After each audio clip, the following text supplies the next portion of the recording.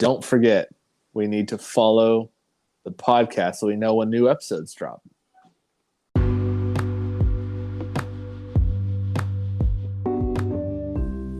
Welcome, everybody, to Leadership of the Leaf, where we discuss various topics of cigars and as well as leadership and try to just give our pointers on different leadership topics as well as different cigar topics. My name is Austin. I'm Dice. And let's jump in with a cut and a light. What are you smoking on? This is the first time I smoked this one. It's a Bandolero Series T. Bandolero. You ever heard of it? I have not. I am smoking a Black Label Trading Company cigar called Lawless. That's a good name. Not sure about the size of this one. It's like a 52, 54, 6 by 54. Okay, so for this episode, we're going to be talking about the proper humidification of your cigars, which is a must-do if you're going to be someone that is going to be holding onto your cigars for a while. And later on in our leadership segment, we're going to be talking about the importance of deadlines, which is always something very important to do and set. Most definitely, which I am now enjoying the first third of this cigar.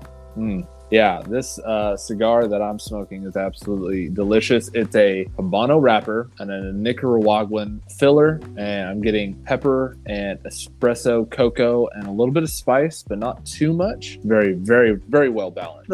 My cigar, when I looked it up, it didn't really have much information about it. Everything left it to a mystery. But I'm looking at the wrapper, and I can tell it's a dark wrapper, so more than likely it's like a Nicaraguan wrap. Yeah. And my first third flavor profile is coming up really, really leather and citrusy, which I don't mind. I like it a lot. I like it quite a bit. And what are you sipping on tonight? Well, my friend, I'm glad you asked. Let me guess. Go for it. Hennessy? Oh, that's you nailed it, sir. Oh, this man. time I'm using a chilled spear just to keep it nice and neat without watering it down. Well, I am sipping on some Glenfiddich 10-year, and I'm actually using an ice sphere because I don't mind it watered down too much because I drink it quick enough that it just takes a little bit of that edge off, makes it a nice, smooth, mellow sip. I hear some Scotch drinkers prefer to add actually water into the Scotch. So actually, Frank Sinatra was famous for that. He actually used to always ask for 2 fingers of Jack, which I know is not a Scotch. Don't murder me, people. 2 fingers of Jack over 3 ice cubes and a splash of water. Did not know that. That is how he ordered his drinks all the time. So if Mickey Blue Eyes orders it like that, I mean, can you really go wrong? I guess not. I guess not. All right, but let's jump into this week's topics of humidification. So we talked a little bit last week about the rule of thumb is a 70-70, meaning 70% humidity and 70 degrees Fahrenheit of your cigars. And that's usually where most cigars smokers want to keep their stuff. I prefer mine a little bit on the cooler side. I don't like them getting too hot. I think it makes it a little bit nicer and it keeps the humidity from getting too rampant. You know, cold air is usually drier air. And so I usually also throw in 69%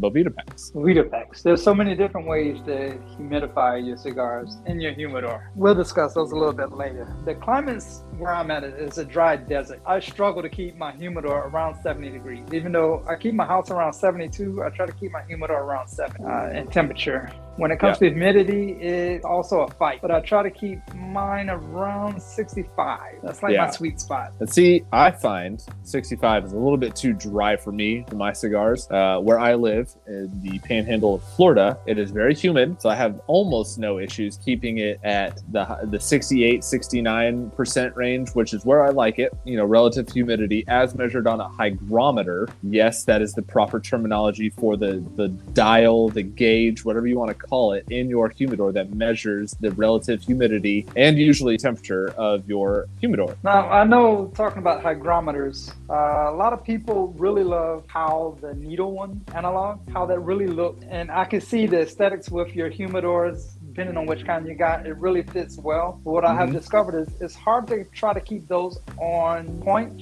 shall I say, as compared to a digital one. Digital ones normally stay accurate a little bit longer, in my opinion. Yes, definitely the accuracy is an issue with the analog type. When I first got into cigar smoking, the first thing that I was told when I was setting up a humidor is take that analog hygrometer, if it's not built into your humidor and gives it a nice, cool, aesthetic look, chuck it. it and get you a nice digital hygrometer that you calibrate and stick it in your humidor and let that read everything for you, because those are so much more accurate and they last so much longer. They don't wear down, and it's just a lot better for your cigars overall. There's also other things out there that can help aid you in this. I don't. It's pretty new. I'm not sure if it's new or not. The Boveda Butler. Yep. There's all other different kinds out there. I don't want to go through all the names of the different butlers. Oh yeah. That kind of keeps track of the humidity inside your humidor. With a good digital hygrometer, you should be able to keep track without having the butler. Yeah, the one that I first got was a Zycar, which is, if you know anything about cigars, Zycars usually make lighters and cutters and basically cigar accessories, and they're really good at what they do. So I just got a little round Zycar one, and then later on I upgraded to a Boveda Butler, and it came with a calibration kit. And usually what you want to do is you want to take your hygrometer and you want to stick it in an airtight area with a known humidification level. So with the Boveda Butler, you stick it in a nice plastic sealed bag and you get a 75% Boveda pack and you stick it in there with it. Make sure that it reads 75% over the course of a couple days. If it does, then it's properly calibrated. If it's not, then you got to get with the manufacturer to change it, because everything's different. We're not going through all of them, as Dice already said. So it's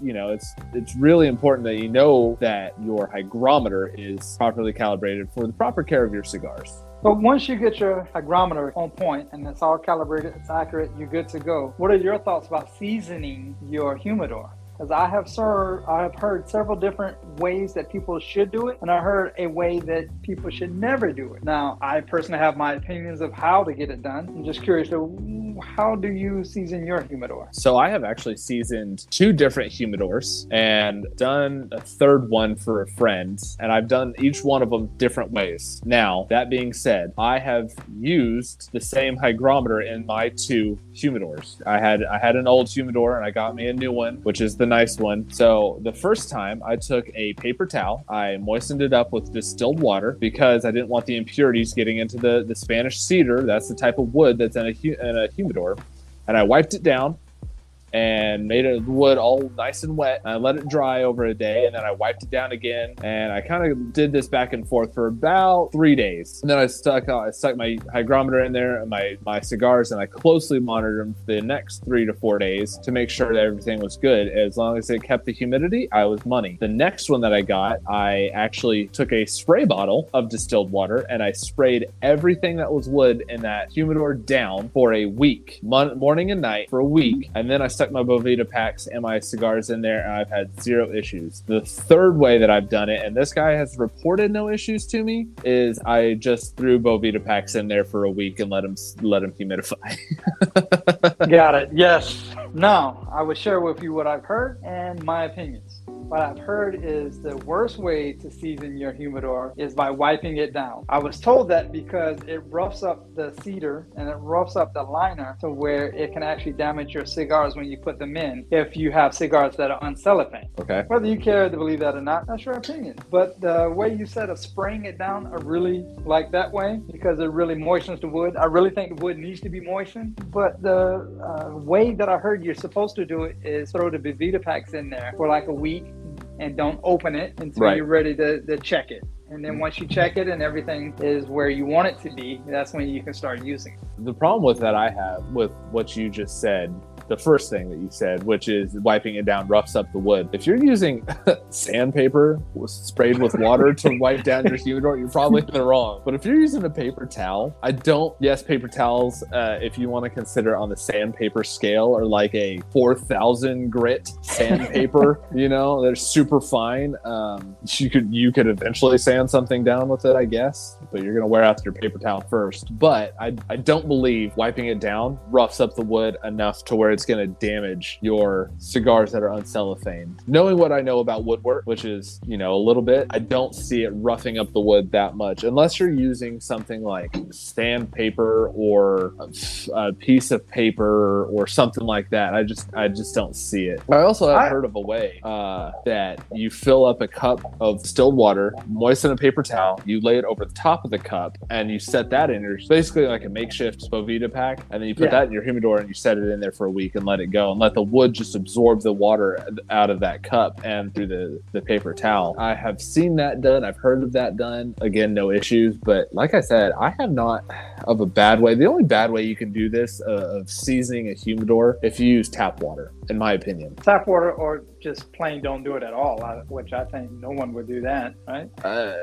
I've seen it. I've actually seen it. I've heard of it done. A friend of mine actually said that he has a humidor. He bought it from a cigar shop and said, I just threw my cigars in there. I thought, I figured it was just a box to hold them in. I thought it was something special. And I was like, ooh. And I had to explain about relative humidity and everything else to the guy. And once he got an accurate, and his hygrometer was sitting like reading 73% humidity. And I was like, what do you have in there? He literally just had 2 sticks in a 50-stick humidor. And I was like, there's no way this thing should be reading 70%, over 70% humidity. It's not that humid inside your house. Normally it's about 50% humid inside your house is usually about the comfortable level that most people keep their houses at. But this guy, he just threw it in there, and I had to go through and I had to walk him through how to season his humidor and then rehumidify his sticks, which is something you can do. It's just not, it makes for not as good of a smoke. Well, we're talking about seasoning your humidor, and the main focus of seasoning your humidor is basically the concept of the made of a cigar, how it's actually constructed, and it's mainly just tobacco and water. So your tobacco is cured over time, where they kind of dry it out to get the different flavor profiles that we enjoy, and then they reintroduce moisture to it, and then it is held, that moisture is held through the whole journey until we purchase it from a store or get it online or whatever, and then we stick it back in our humidor. And the whole purpose of seasoning your humidor is to hold in that same moisture that the 300 hands, remember last episode, 300 hands that took to make that cigar. And that, you don't want it to go dry out. You don't want it to be too moist. So that's the whole point of seasoning humidor. Yeah. So just a slight detour of, they pick these tobacco leaves, and these tobacco leaves are huge, and they stack them in these houses. And then this is all down in Costa Rica, Ecuador, Cuba, subtropical climates, tropical climates, if you will. And so it's very moist down there. And they pick these out of the fields, and then they hang them up to dry, and then they stack them to dry some more. And then after they kind of cure and dry out the leaves, they strip them, and then they put them into cigars and kind of re-cure them and reintroduce them to humidity. The reason is, if you think about leaves in your backyard, right, just off of a tree, they have no moisture left, so they burn and crackle and they split. They're very fragile. So if you think about you're smoking basically a dry leaf, a bunch of dry leaves. So if you keep them too dry, it is going to split, crack, have burn problems. If you keep them too wet, again, think of the leaf in your backyard. You keep it too wet, it's not going to burn right. You're going to get a lot of smoldering, a lot of just not good, easy burning tobacco. It's going to be a hard draw, and cigar beetles are another huge issue. And if you don't know about cigar beetles, again, these are things that are outside in our planet in a tropical climate, and there's these beetles, and they'll lay their larvae and their eggs inside cigars. And if the temperature and the humidity is too out of whack, they can actually hatch and start eating your cigars. So if you find one in a hole in the cigar area, then it's likely that you had cigar beetle in your actual cigar. I can actually honestly say I have never had a cigar beetle. I have seen pictures. Yep. But I haven't had it. And normally, I'm not saying that's with the cheaper sticks or anything. There's some certain brands that I've never seen it on, but there's other brands, I've seen it across them all. So it's not something like if you go, I'm going to just stay away from the budget sticks, I'm going to stay away from the $3 sticks. It's something you're going to get away from. It's not at all. But it's just one of them things that it's going to happen one way or another. I mean, I'm in Vegas, and there's scorpions, and no matter what I do, a scorpion, if it wants to get in your house, but it's going to get in your house. So if a bug wants to eat on your cigar, he's going to eat on your cigar. There's nothing you really can do. You can take precautions and then steps and procedures to try to prevent it. But overall, if it's going to happen, it's going to happen. Well, the cigar beetles larvae will only hatch in certain conditions, and usually those conditions are high temperature and high humidity. So if you have those two things, you're already at increased risk of having a cigar beetle come out of your cigar at all. So because I'm sure that let's be honest, I'm sure that by now I have smoked through a cigar beetle larva egg thing in one of my cigars, and I didn't know it was there because it was kept proper humidified and proper temperature. I've read somewhere, I can't remember which cigar company it was, but there's a cigar company out there to help prevent the larva from hatching. After they do all their curing and everything, they actually put it in a freezer. They actually drop the temperature below to make sure it tries to kill everything before I can't remember which company it was. I've heard of that. Yeah, 100%. I like it. We talk about relative humidity and, it's kind of a technical aspect, but, relative humidity refers to the ratio of what absolute humidity is compared to the highest possible humidity based on the current temperature. And the absolute humidity is measured basically in grams of moisture per cubic meter of air. So it's a little bit technical, but basically what that is how much water is in a cubic meter of air. So if you think of a cubic meter, you think of a meter, and I know we went from Fahrenheit and everything else US based to meters. A meter is close to a yard, so it's basically take a yard and measure it 3 ways: length, width, and height. And then if you take that and you measure how much water is in there, that's your absolute humidity. Now relative humidity is how much humidity is in your area and your space and your humidor versus what the highest is outside, and that is how you get your relative humidity. Now your hygrometer is awesome. It's an amazing piece of technology. They come very small and they do all this stuff for you, so you don't have to try to break out a calculator and go back to X and Y and all this other stuff. And algebra kept asking me to find its X, and I said quit asking why, and it was just a bad old thing. So that's you don't have to do that. You just put in a good hygrometer, put in a solid, and your brick and mortar cigar shop. I know there's many places, almost any cigar shop you go to, whether it be online, in person, wherever, they sell hygrometers of some sort, and you will also usually sell some sort of humidification process, whether that be pillows, beads, Bovita packs, or the Cigar Oasis or whatever. Now that you brought that up, so most people, once you start getting in the cigar game, you buy your first humidor, and your humidor comes with some sort of humidity control type device to help with the humidity in your cigar. And a lot of times you try to be cheap and you get this one that has a green foam in it. And the green foam is actually probably one of the worst things to use. But if that's all you got, by all means, please use it. It's just one of them things you gotta keep an eye on it. So with the green foam, I use it in my travel humidor because that's that's not the only thing I use in that travel humidor. It comes with one. Most travel humidors kind of come with one.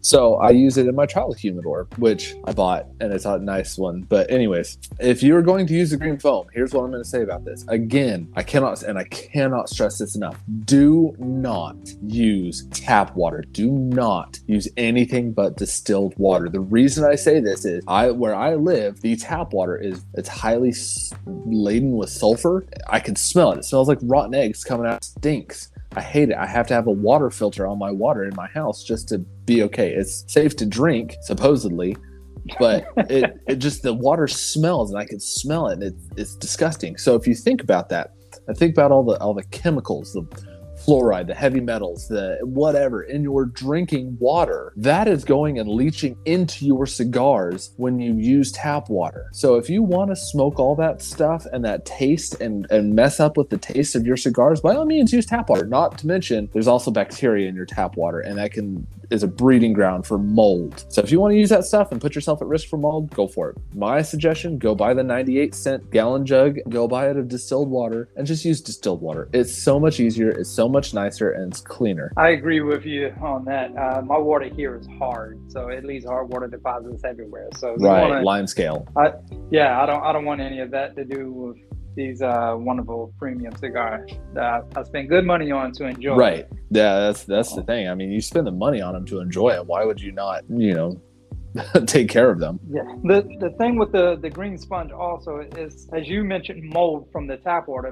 The green sponge also is hard to detect when the mold actually comes. Yep. Because it's a green sponge. It has crevices, nooks, and crannies that you really can't see. It goes in the inside. There's cavities. If you're actually going to be serious about cigars, go spend the money and get something a little better. Yeah, and the thing is, for me at least, I spent $16. I think I spent $16 on a website, and I bought, this is going to go into grams again, but I bought 320 gram Bovita packs that are 69% humidity. Now, that may not sound like a lot, but when I tell you these things are like a 5x7 or a 5x8 like type picture, like a big old thing, and they're huge. They last for months. And with a humidor with a good seal, they'll last for a while. And $16, that's what, a stick, 2, depending on your price point. And it's going to save you sticks in the long run. So 100%. It's going to save you a lot of time, worry, stress, possible sickness, everything that it can on just making sure your stuff is properly humidified.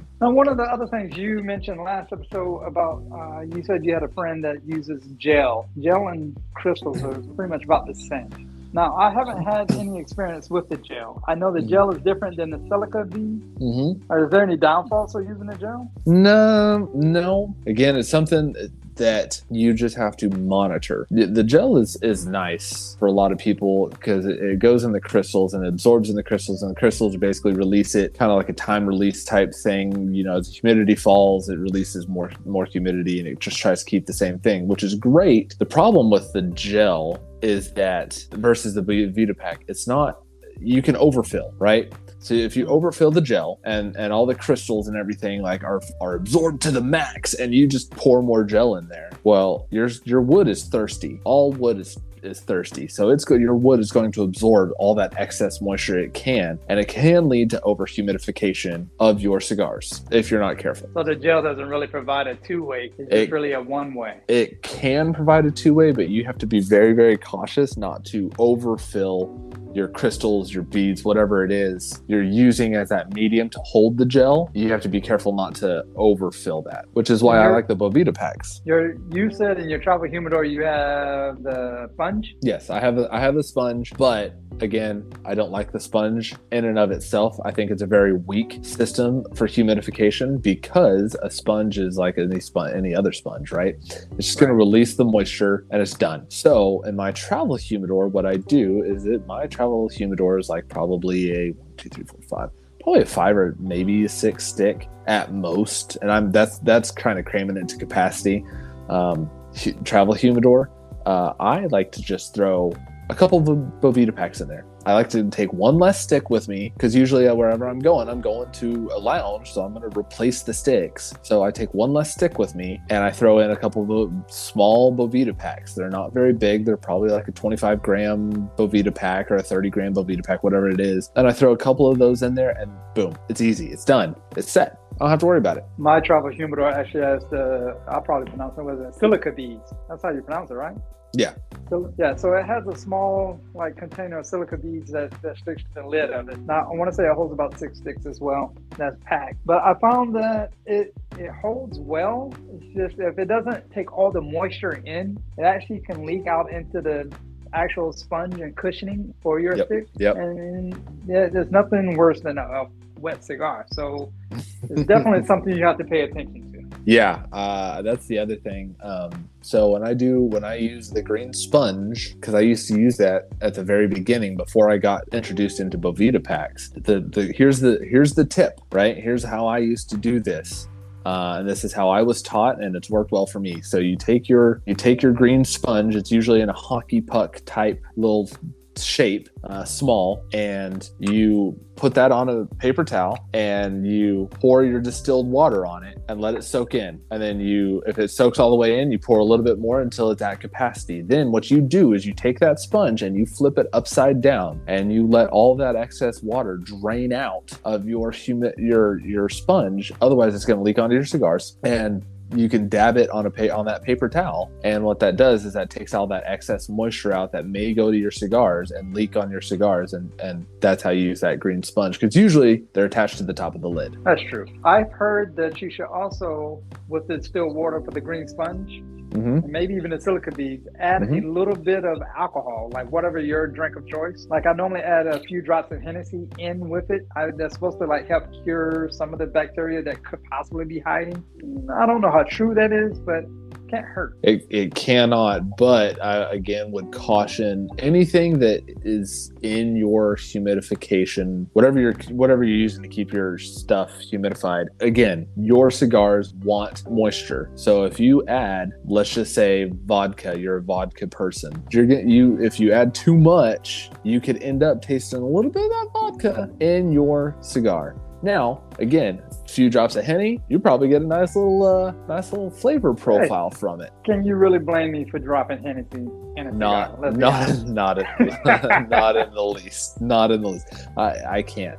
I've never personally done that. I will say that it is it's something very interesting. But again, like I said, whatever you put in your humidification process, if it's a sponge, silica bead, whatever, that is going to go into your cigars. I can't add that your cigars will absorb it no matter what. Have you used pillows? I think I've seen them. I don't think I've actually ever used a pillow. I have seen them. I have not used them. Pillows are similar to like a Bovita pack. Usually the cigar pillows are they dry out much faster. They dry out way faster than they do. They do, and they're made to be rehumidified. Yes. Caveat: Bovita packs are not made to be rehumidified. Can you? Absolutely. Have I done it? 100%. And do I still do it to this day? 100%. Will I continue to do it? 1,000,000%. Cost effective. I do throw them out after they get worn for a while because I actually talked to a Bovita traveling salesman, Bovita representative. That's the word I was looking for, representative. And he said, you shouldn't do it. Can you? Yes. Should you? No. The reason is because Bovita uses crystals to maintain and breathe. So what happens is as it dries up, those crystals get to that membrane.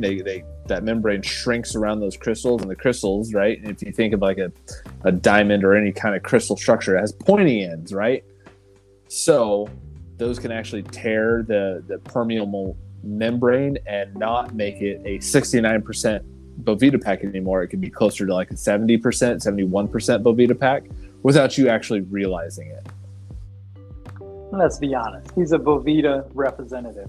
Again, I want you to buy more Bovita packs. Come on. Right. Do I understand and does that make sense in my head? 100%. Yeah. The science behind it makes sense to me. Do I 100% believe him that I should never rehumidify my Bovita packs? Not in the slightest. I will. Everybody's selling something, follow the money. Yeah, there you go. Last humidification is the one I used. I talked about it last episode, is the electronic. The electronic is an apparatus that actually moistens a pillow sponge-like structure that's located inside an electronic device that releases humidity when the built-in hygrometer calls for more humidity inside your humidor. The problem, or I shouldn't say problem, the one pitfall of this is, drawback is a better word, is you have to constantly have it monitored. So mine beeps. Not all of them beeps. Some of them are actually Wi-Fi enabled. However you get the job done, it's maintenance over time. One of them things, like you said, don't use tap water. There's actually cigar solutions you can actually use. I still use distilled water. I like the price of distilled water a lot better. 98 cents for a gallon. You can't hardly beat it. And I have a Tupperware dish that I have 2 extra capsules in. So when it beeps, all I do is take one out, put it in, put the dry one into the Tupperware, and I'm good to go. Yeah, and it's kind of similar to how I rehumidified Bovita packs. I go in there and I check it. I checked all my Bovita packs before I grabbed the stick out for this episode, and I just kind of lightly squeeze them. More out there than just Bovita. There's other brands out there. I will say that it is the industry standard, though. Correct. I mean, most of the time, if you talk about Bovita, you talk about any kind of two-way humidification. Even if it is the other brand, 9 times out of 10, you're still going to call it a Bovita pack. Sorry, other brands. That's just kind of how the cookie crumbles. They are the best, the biggest, the kind of the way that it goes. Everybody says Tupperware. Is it really Tupperware? No, it's a Rubbermaid container. Yeah. Okay, but everyone still calls it Tupperware. So I am about on my second, third. I will say I'm getting leather, and I would say some unsweetened cocoa. There's some spices rolling in. Yeah, this is a really nice cigar. I don't know the price point of it. I got it in a little party pack that I ordered. So far, so good. Off topic. Maybe our listeners will like it too. We could talk about this. Maybe we should talk about palettes on a future episode. That'd be a good topic. We will definitely discuss that. Yep. If anybody has any questions, obviously our Instagram or send us an email. We'll happily talk about it. But I think this is a very, very important piece to talk about, and that is deadlines and how everybody needs deadlines. All right, we will definitely jump right into that right after a quick little pause.